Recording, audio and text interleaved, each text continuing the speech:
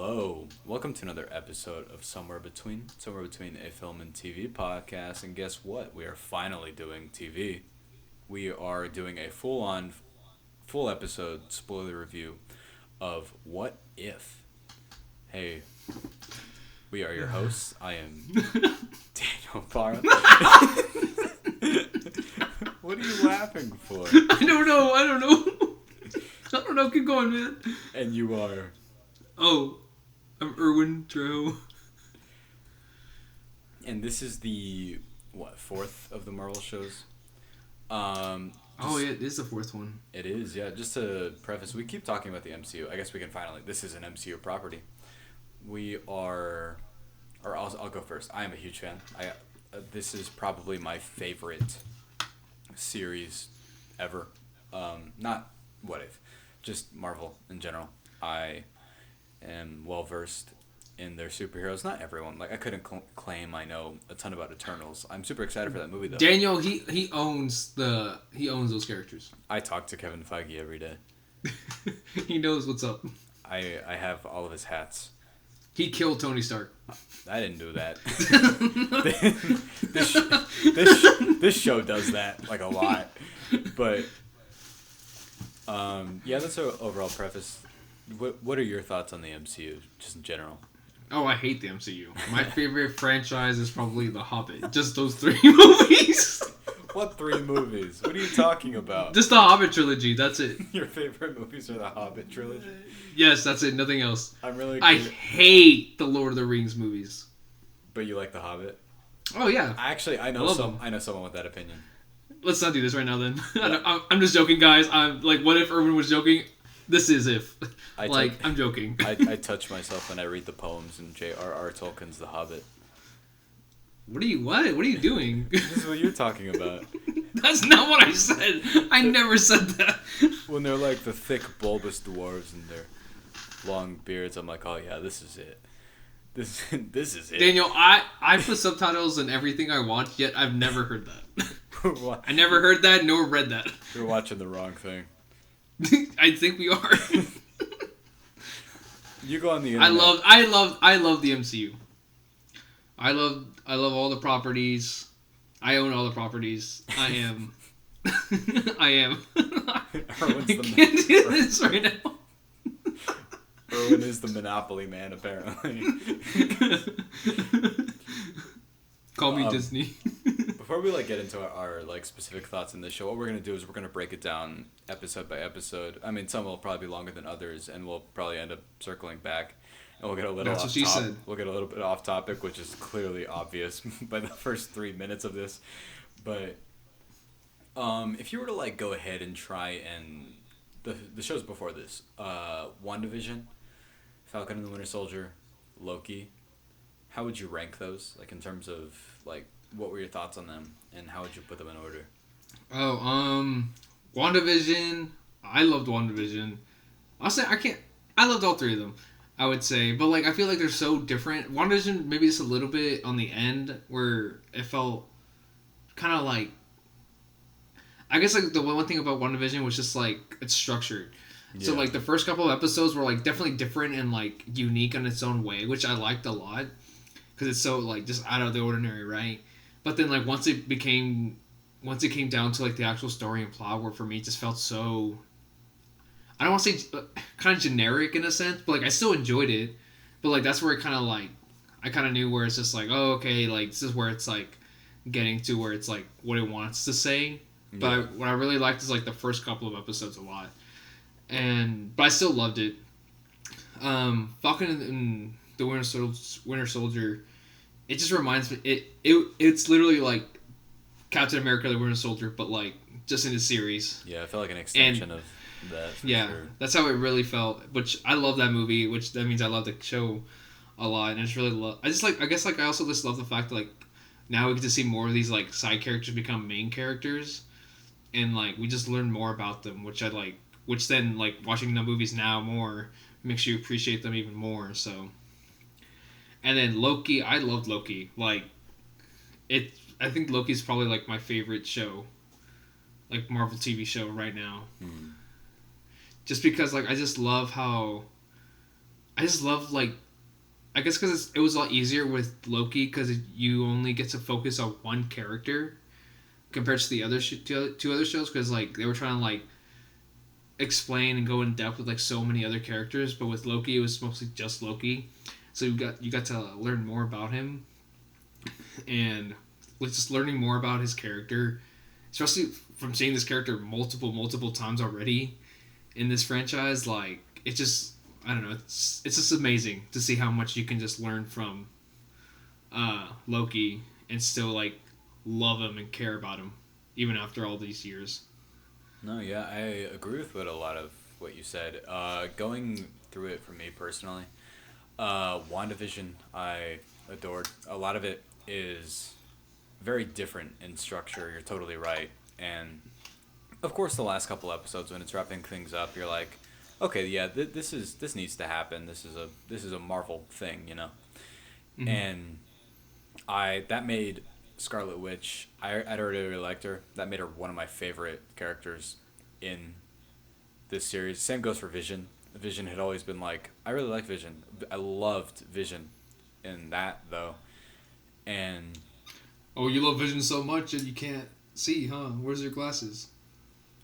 it's a good joke. Okay, Um, thanks. Let us know in the comments below. we're not on YouTube. Sorry. And Falcon and the Winter Soldier, I also loved. It's hard to say because like it is. If you were to say this is a Marvel show, I would. That's fully exactly the type of show I'd be thinking of. Is everything that does. It has a lot of interesting stuff to say for sure. I love John Walker in that, and uh, Bucky and Falcon have great chemistry. It's very much like a. That's the most straightforward that the MCU shows have gotten so far. Is that, which is fine. Not everything needs to be like, this is structurally totally different. And Loki has also been my favorite so far. Loki is brilliant, and it is really interesting that you can make that many renditions of that character and you can kill him that many times, and yet you're still invested every single time.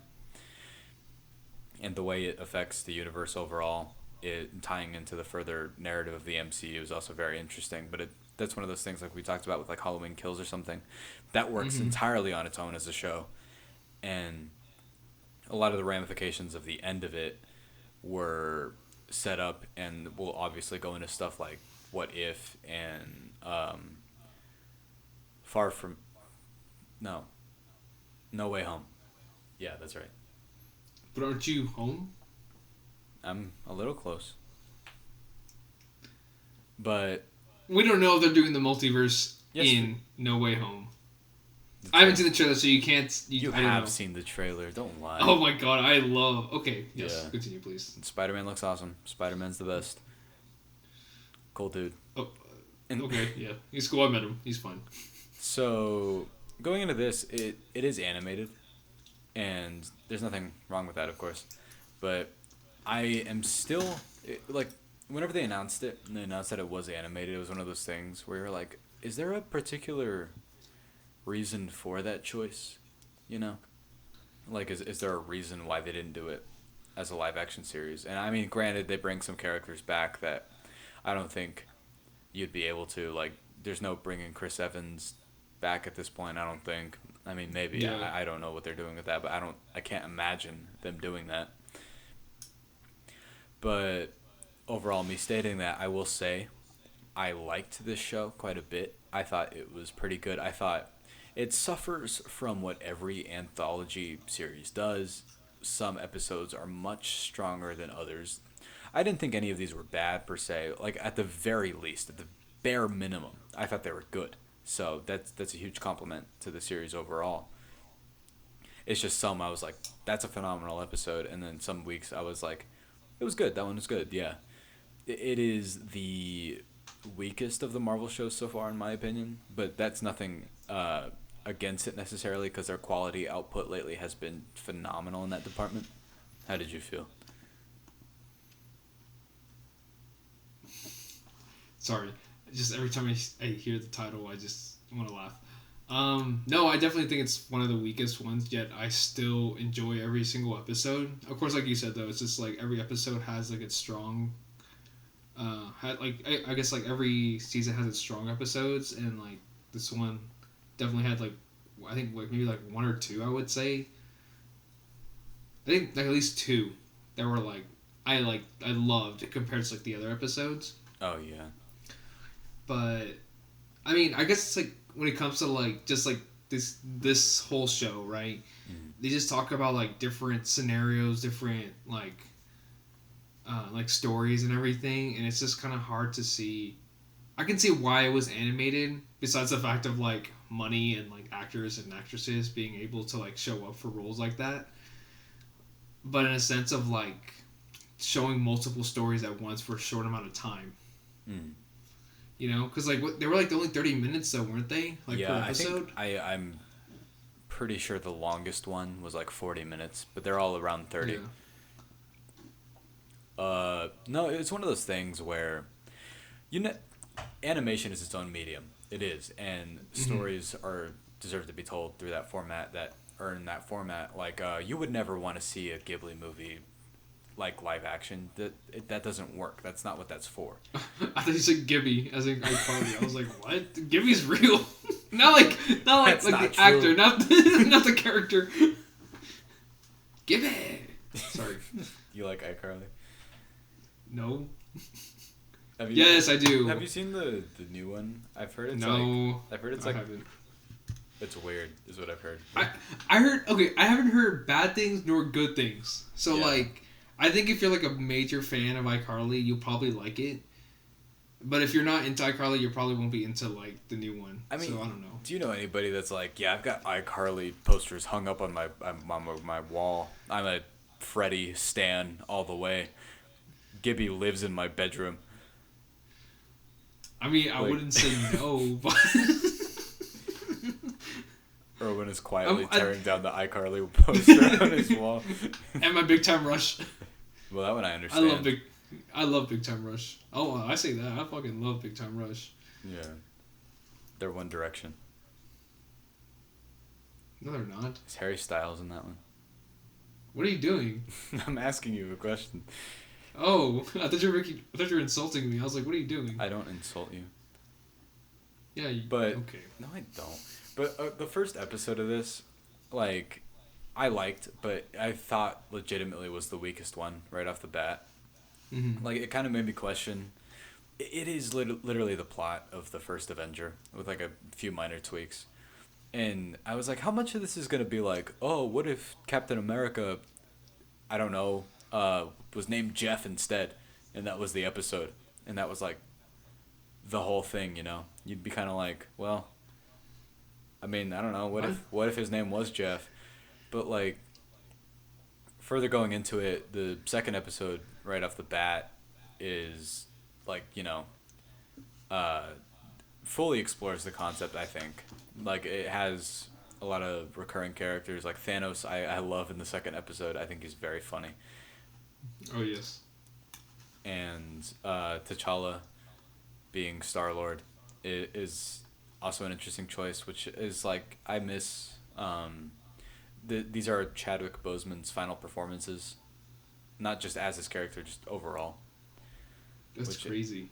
Which like, I thought he was only gonna have the one. He's in this for like 3 or 4. Yeah, that's true.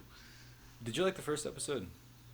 I did, but like, it's like what you said though. It's exactly like the first one, or like the first Avenger, and which makes me think like, okay, like if it's exactly the same, like then why show it? You know, why show this type of episode? Because the other episodes were like so completely different from like just like the movies and like how it went in a different like just story. And so when watching it, you're just like, it doesn't just really show has much of an impact, you know? Yeah.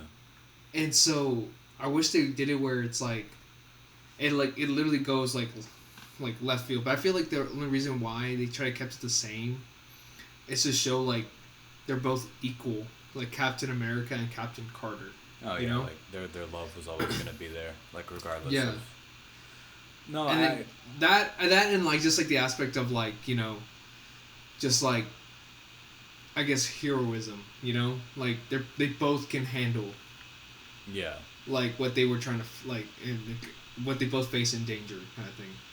And so like which I get, you know what I mean? No, I agree with you. I will say though, getting into this, one of the like more technical aspects of this show is the voice acting from some of the actors. I found kind of like hit or miss in my own personal opinion. Mm-hmm. Like some of the impressions are spot on. Like whoever they got for Robert Downey Jr., oh my god, he's like one step away from just being exactly the same voice. But every once in a while, I found like the voice acting was kind of, I don't know, I don't want to say off-putting, but it felt it felt that way. And I guess do you think it's just because it's like it's also because they got like some of the original actors, so like you hear that and then you hear someone else's voice, you're like, that's not that character. I think it's that and a combination of I don't know, like some of these actors, you're like you don't voice act, so I guess I understand. But Yeah. I will say I'm like if they're doing what I think they're doing with this, in that they want to introduce some of these people into live action. I'm all for Captain Carter. I think Haley Atwell is amazing, and it like I wish she were in more of these, but you know it's kind of narrative constraint because she only exists in like that era of her in the first Avenger era, Yeah. and then she's much older in the other ones that she's in due to narrative purposes. So if they get to do that, I'd love to see her in any of the live action ones that they do, which it feels like it's heading towards that, but that's just me like theorizing. And I mean, I hope so. yeah, I would like to see more Haley Atwell. no, that'd be She's a great. great actress. I've heard the show that she's in is phenomenal, and that's one of like the glaring like things that I haven't, because I tried watching Agents of S.H.I.E.L.D. and I was very on it. I was disappointed. Yeah, which is like, there's a whole argument about whether or not it's MCU canon, and at the moment I've heard that it's not, so which is why I haven't like fully invested my time into it yet. Mm-hmm. But It's just crazy because it's like I feel like it's like every 2 or 3 seasons, like, oh, it's canon. Then they don't mention anything about the MCU, oh yeah, and then they mention it again. But like they do that thing where it's like they mention, oh, what was it? You know how like but also I think it was like the Netflix series though too. my big Whenever problem they were with still the Netflix series. Yeah. Where they try to mention it, but they mention a movie from like phase 1 or phase 2, even though we're on like phase 7, you know, Yeah. and you're like, what? I forgot which one it was. I swear it was like Jessica Jones or Daredevil. They're like, yeah, that big green guy in New York City. Yes, I always think about that scene. Oh my god. And you're like, Age Just of say his Ultron name. just came out. His name is Hulk, man. The fact that they mentioned the word Ultron, you're like, nice, that was cool. Oh yeah, you're like Robots in the sky, you're like, okay, say it. robots in the sky. You remind me of the Transformers thing. Okay, I haven't seen most of the Transformer movies, guys, because I know how to use my time, so. Hey, some people like. I've seen Bumblebee. I love Bumblebee. Bumblebee. That's a great movie. Did you enjoy the second episode? The second episode was the one where I was like, okay, I loved that one. Like. Oh yeah, I definitely did. Because I think this is like this type, like if this was like the first episode where I'm like, okay, I can see where it's going now, where it's just like it literally like states in the title like something completely like it goes like just a completely like 180, you know, and like just shows like how well of a character T'Challa is, which I really like a lot because I loved like the character T'Challa.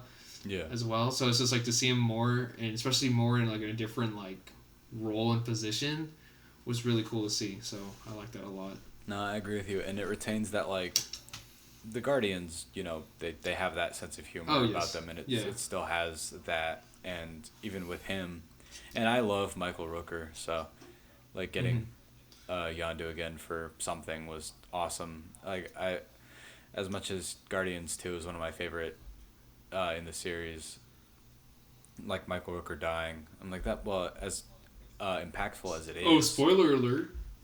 Dude, if you haven't seen Guardians of the Galaxy 2, what are you doing here? I've seen all the Marvel movies except for Guardians 2. Oh no. You'll see it in the comments.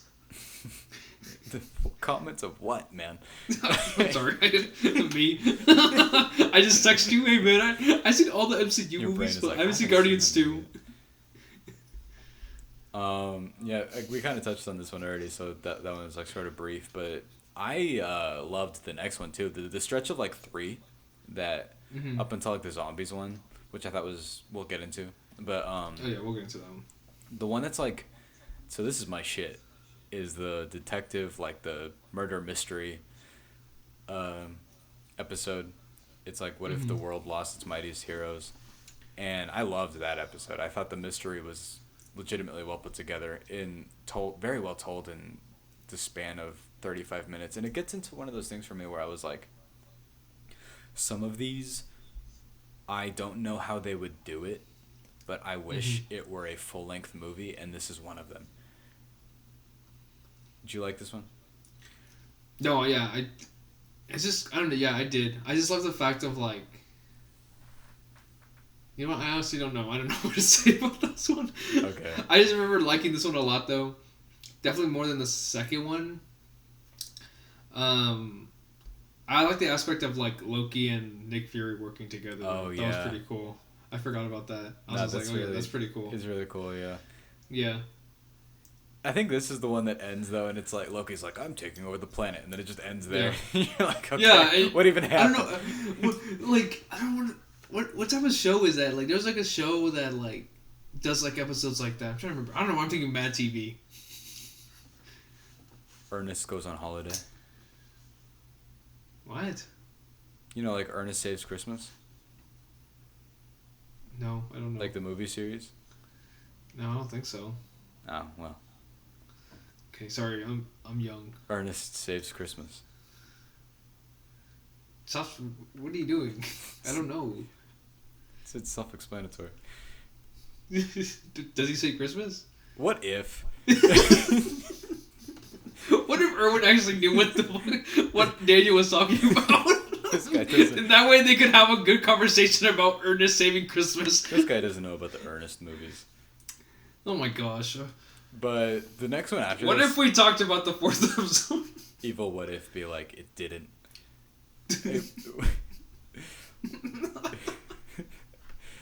That's us now. So the best episode of this show is hands down the 4th one for me. Haha, hands. It's called What If... Okay, that was good. Okay. I agree with Daniel with everything you just said. What if Doctor Strange lost his heart instead of his hands? Yo, that's crazy. This is the best one. Like it is narratively like succinct. It's perfect. I think Doctor Strange, one of the best characters in the MCU, even like here, and the way it ends is sad, and I think What If is made for episodes like this where you're kind of like a character goes down a different path that's similar, but then it just diverges completely.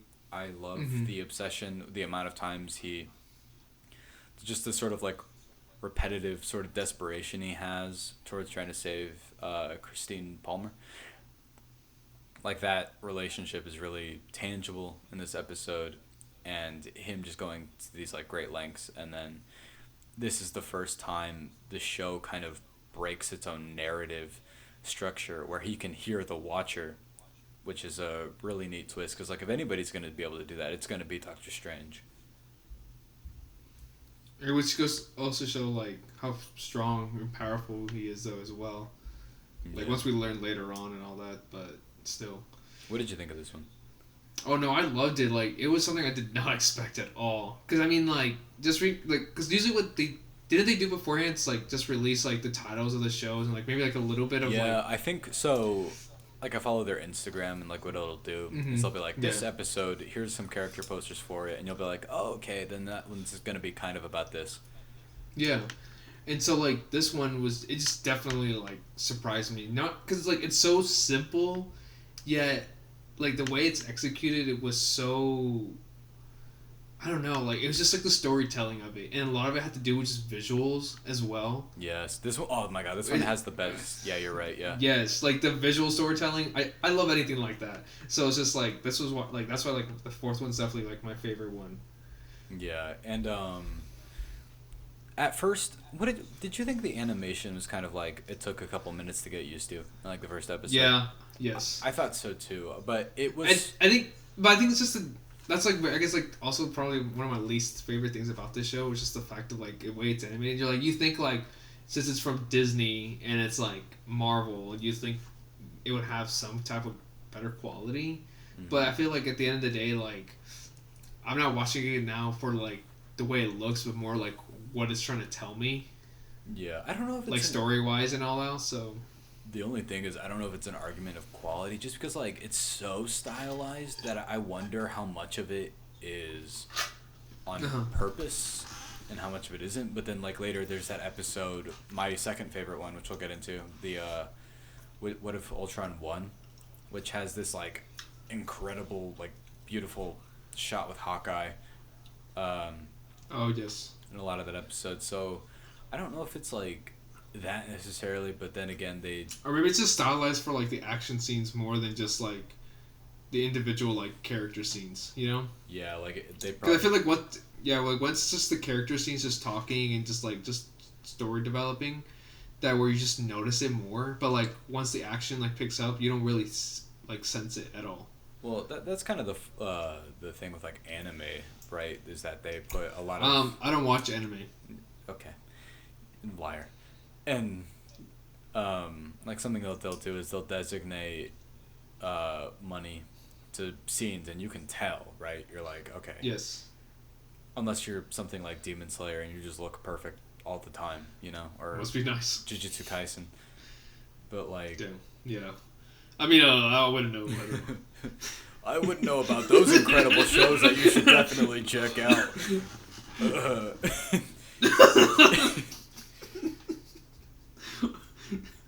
What if Erwin watched anime? Yeah, what if? I don't know, guys. What if Erwin watched anime? What would happen? What would happen?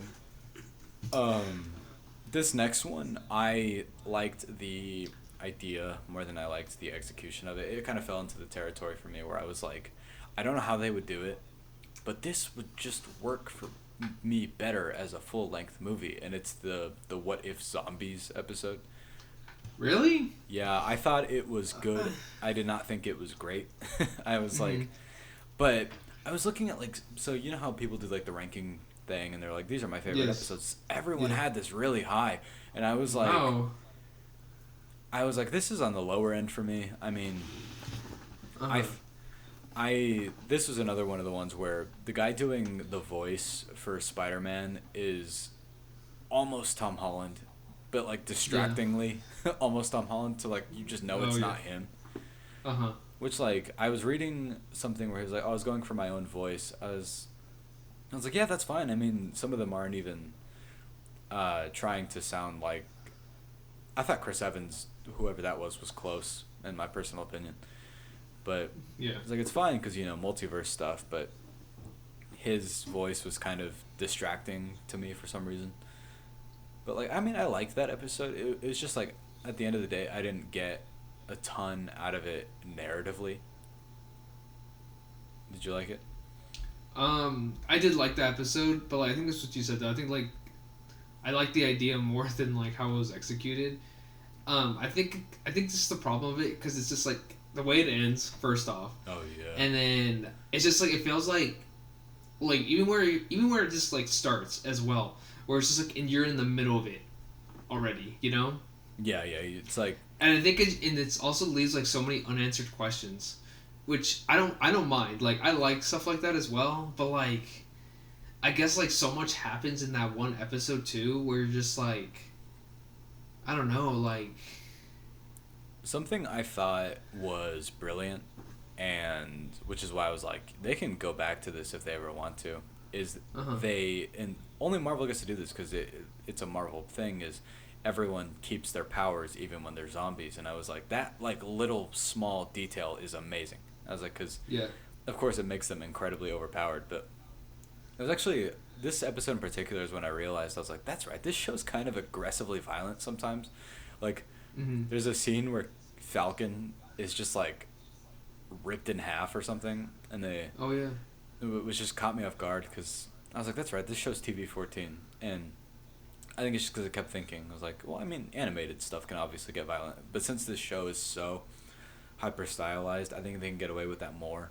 Like the first Yeah. episode is when I noticed this too. Is like Captain Carter is blowing people up, and it's violent, which is fine. It's cool. It's just something I Oh, like. that's not normal. British people. They're real. No.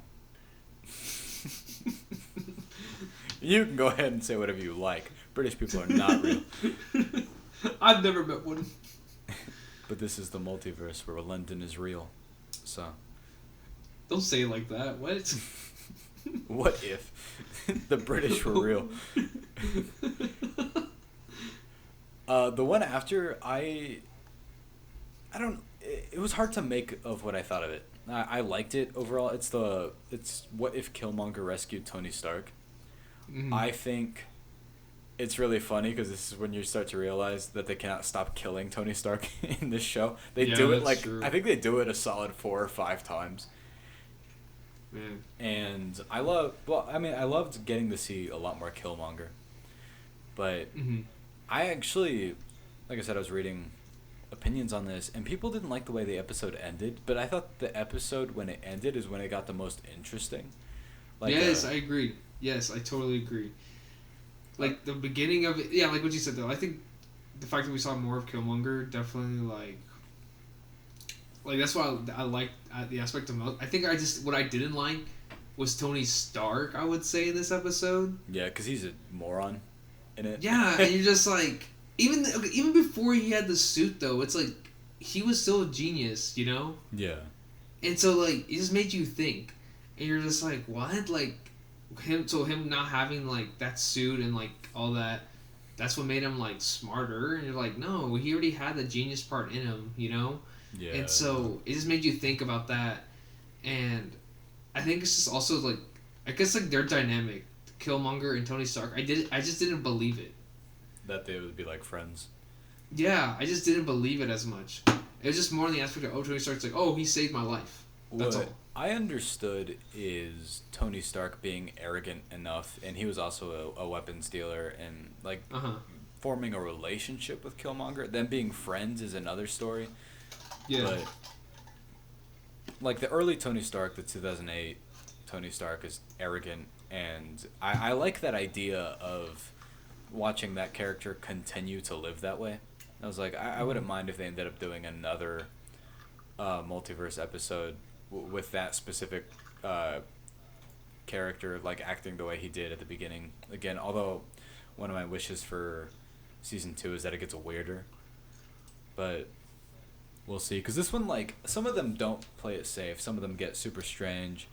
And that was good.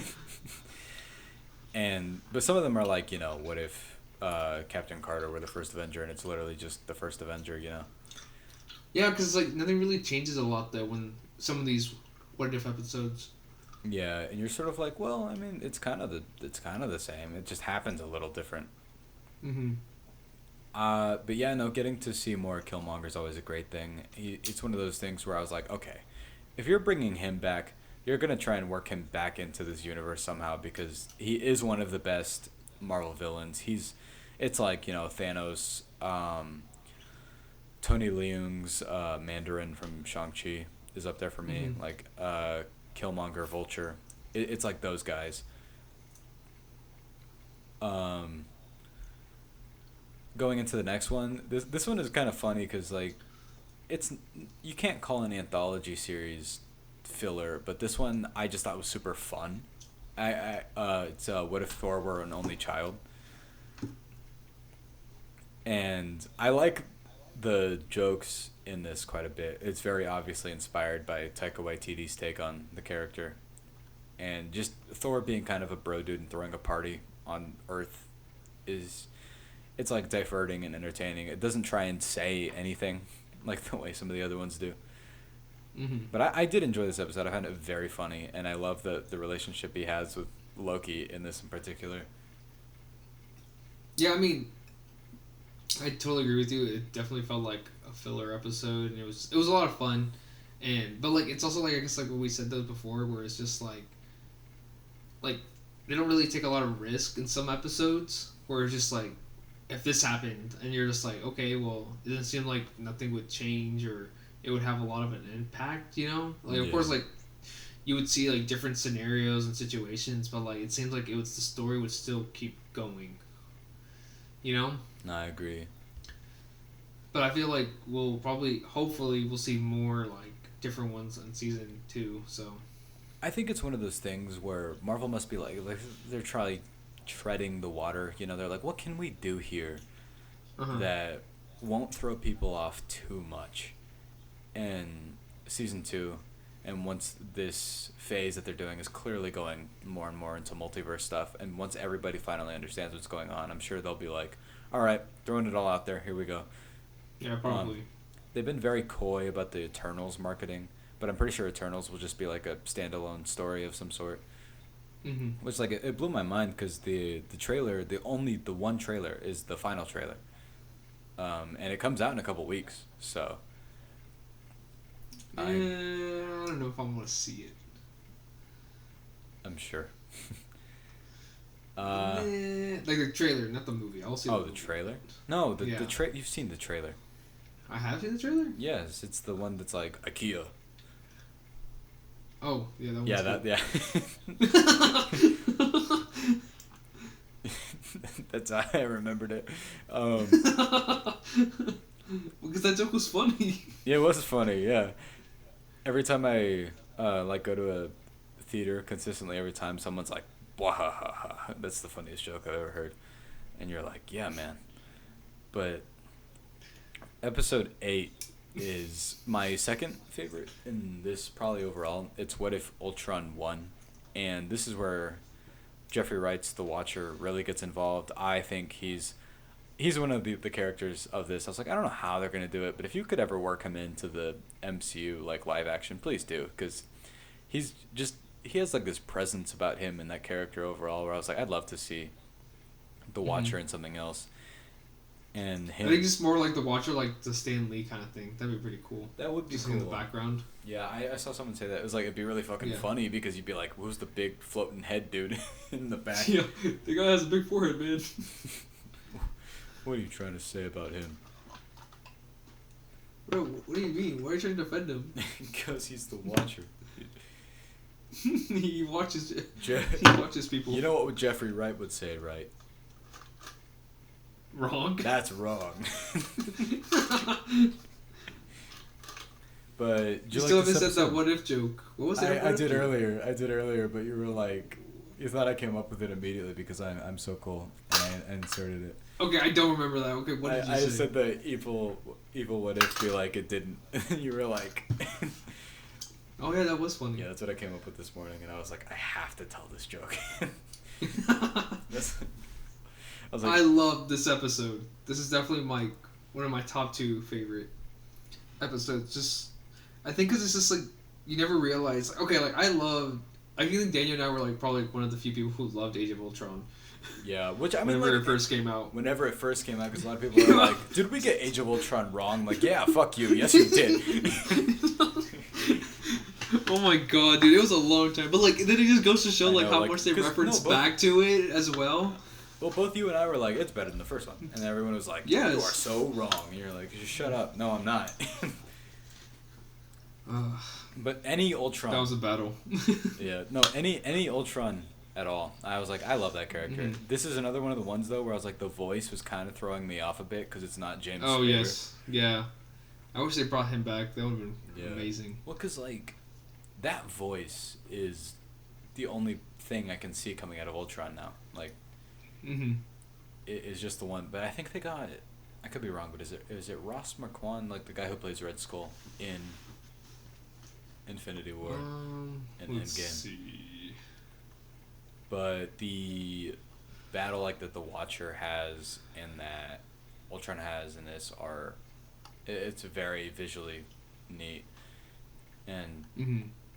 I like the idea that since this show is getting, like, later on, these episodes with the Watcher is getting into the stuff that I want this show to do, which is sort of like, but although it needs to tell the stories it tells so it can break itself, like Ultron figuring out, it's like, I can see you, Mm-hmm. is really narratively really cool. And like I said, like, once the Watcher gets physically involved, I think that that character is super interesting. And he has a line that I love in the ninth episode, which we'll get into in a second, where he's like, these stories are everything to me. Like, the way he views people in this, and the characterization they give him, I like quite a bit. No, yeah. The final one is titled "What If the Watcher Broke His Oath?" And, like, I remember them announcing, like, what it was called, and I thought that Uh-huh. I thought it would be all about him, but it kind of turns more into, like, an Avengers team up thing, which is fine. I liked seeing a lot of their dynamics with each other, like these versions of these characters. Yeah. But, like, it has the Zola and Killmonger thing, which I was like, I kind of like how that was resolved, but it was one of those things where I don't know how.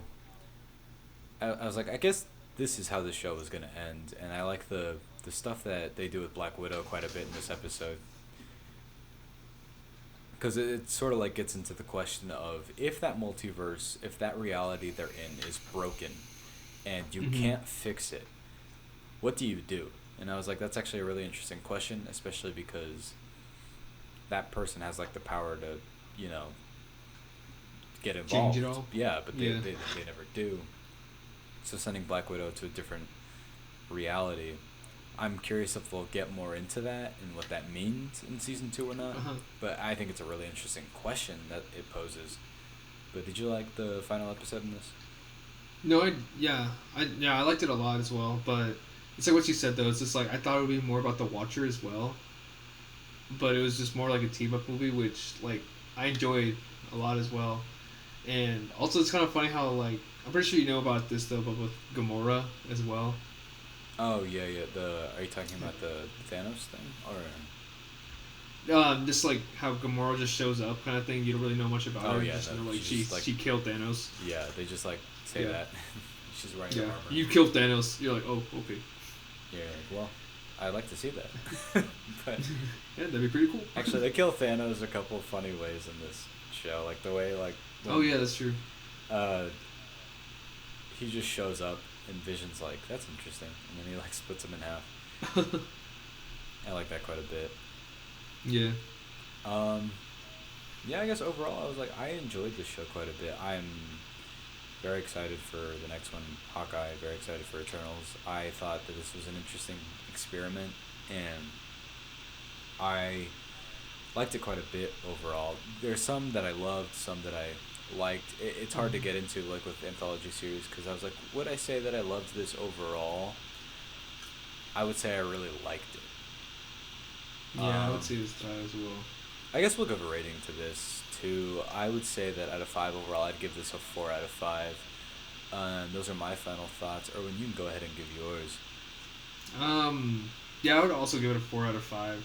Like, I felt like maybe out of all the episodes, like there was only like two strong ones. I would say, like I would definitely go back and like watch right away, kind of thing.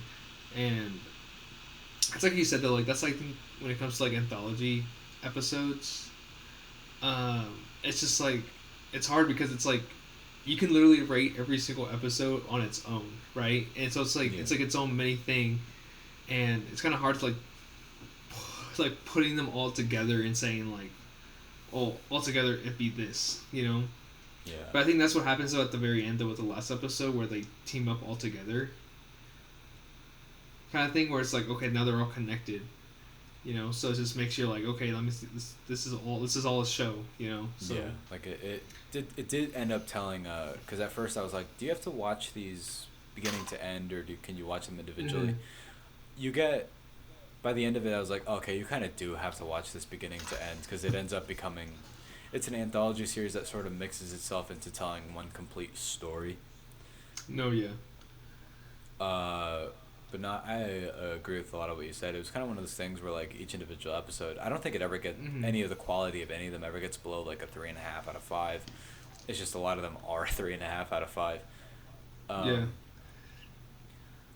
But I am curious to like what the next season's gonna be like, or like if they're gonna bring back like certain episodes and continue it, or they're just gonna like. I really hope. I really hope that they. And I think they are though. Just like having different stories as well.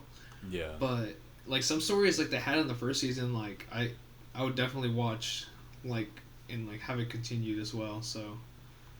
I'd read that they want to bring more of the Phase 4 stuff in, like Shang-Chi and Eternals, which don't know a whole lot about those characters yet, but True. I'm super excited for it, which is like the next MCU thing we'll be reviewing. And yeah, guys, overall, those are our final thoughts. We enjoyed the show overall. What did you think? We would like to know. No. Erwin's going to consistently say that he just hates your opinions, so I'm sorry. I don't hate them. I just don't care about them. Okay, Erwin doesn't think that your opinions matter as much as his does. No, I don't think I know. Okay. But thank you guys so much for listening. We do want to hear what you think of what we made, though. Like, just let us know. Did you? What if Erwin cared about your opinions? What if Erwin did? Maybe he does. He's just being very coy about it. Okay, Erwin's in denial. Like I said, thank you guys so much for listening. We have up next Dune for sure, which Doom starring The Rock for sure. Oh my god. And Carl Urban. He's not in Dune. That's Carl. In Doom? Oscar Isaac. No, I'm not good. Okay, whatever. Alright, guys. I'm excited to talk about Dune. I am too. So you can go ahead and follow us on social media. Let us know what you think there. You can follow me at Para323Para on Twitter, and you are... I am Erwin Trejo, and you can follow me at Para323Para. Or you can follow me at Erwin_Trejo. And like I said, thank you guys so much for listening. We will see you next time.